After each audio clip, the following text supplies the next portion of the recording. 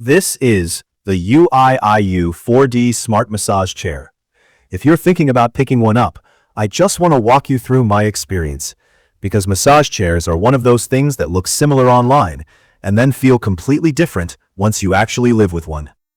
What this is, in real life, is a full-body recliner that massages your back with moving rollers, squeezes you with airbags around your shoulders, arms, hips, legs, and feet, and then adds heat in the back and calves. It's for someone who gets tight from sitting, training, standing all day, or just wants a consistent way to wind down without booking massages. It's also for people who care about adjustability, because if a chair only has one strong setting, it can end up collecting dust. The reason this one stood out to me is the way the rollers change pace. A lot of chairs I've tried feel like they're running a loop at one steady tempo. This one varies the rhythm more, so it can slow down and hold pressure for a moment, then move on. When it hits the area between my shoulder blade and spine, that pacing matters. It feels less like a machine dragging a wheel across my back and more like something trying to work on a specific spot. It's still a machine, but it's a better kind of machine feeling. Physically, it looks like a modern massage recliner. Mine is the beige version, and the outside is a faux leather with a textured grain.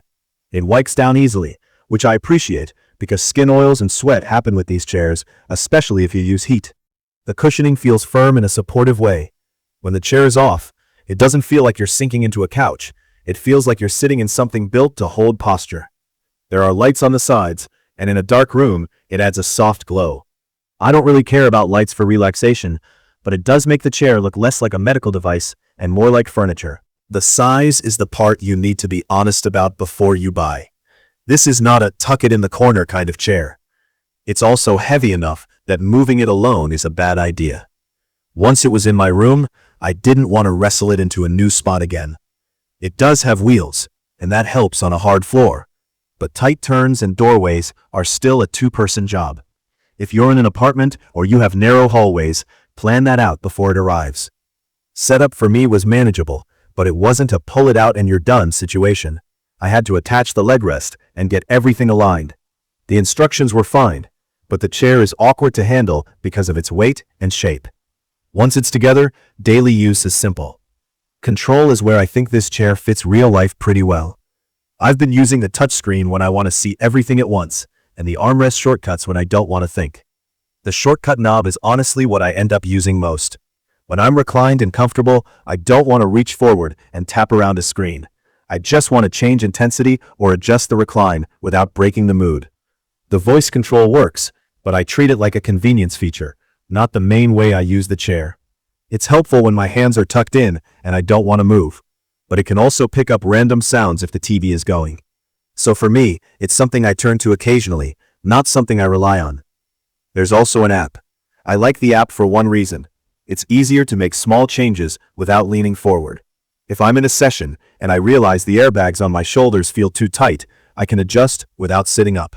I don't use the app every time, but it's nice when I'm already settled in.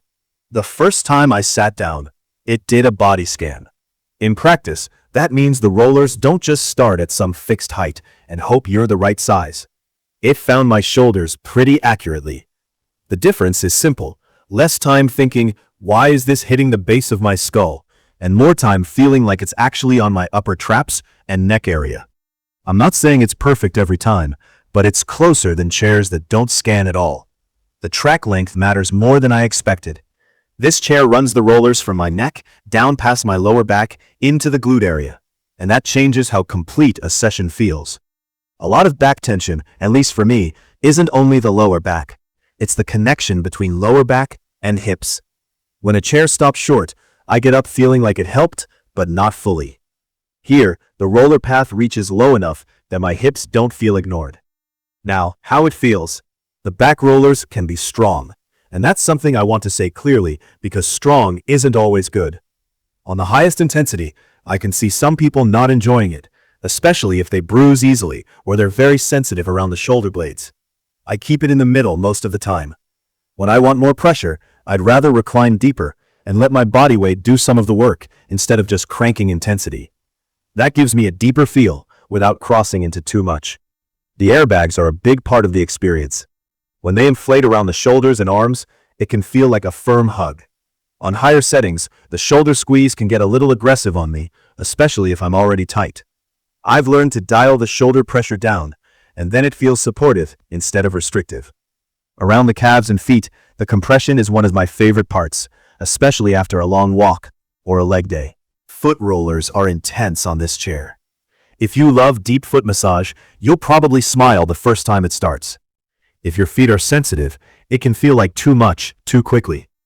I keep the foot roller strength lower than everything else.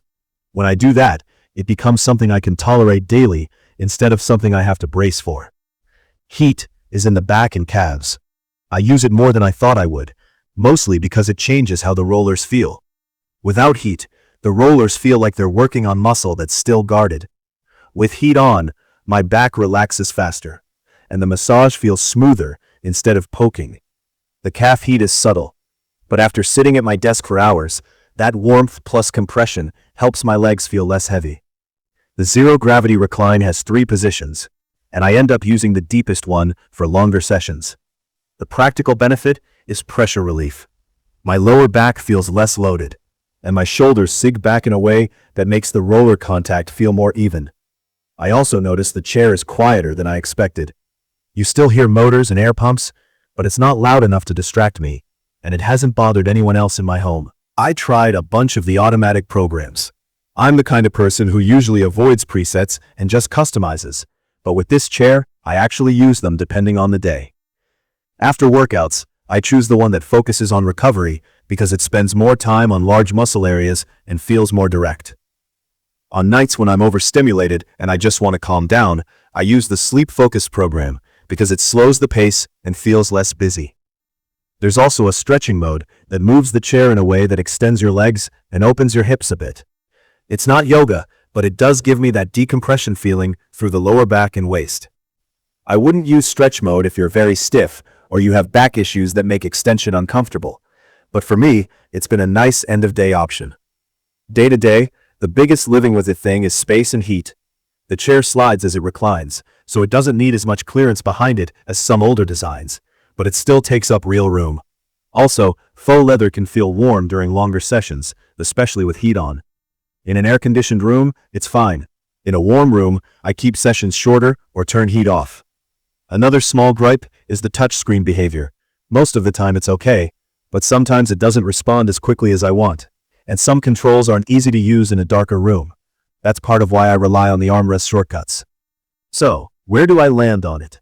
After using it like a normal person, after work, after training, and on weekends when I'm catching up on rest, it does what I want a chair like this to do. It helps me loosen my upper back and shoulders. It actually reaches low enough to make my hips feel better, and it gives me enough adjustability to avoid the too intense, so I never use it problem. It's not perfect. It's heavy, it takes space, the shoulder and foot intensity can be too much if you don't tune it, and the touchscreen isn't flawless. But once I set it up the way I like, it became something I use regularly, which is the real test. If you've been considering a massage chair because you want consistent relief at home and you're willing to make room for it, this one has been solid in my routine. If this video helped, subscribe to the channel and leave a comment with your height and what kind of massage you usually like, light, medium, or deep, because that changes what settings actually feel good.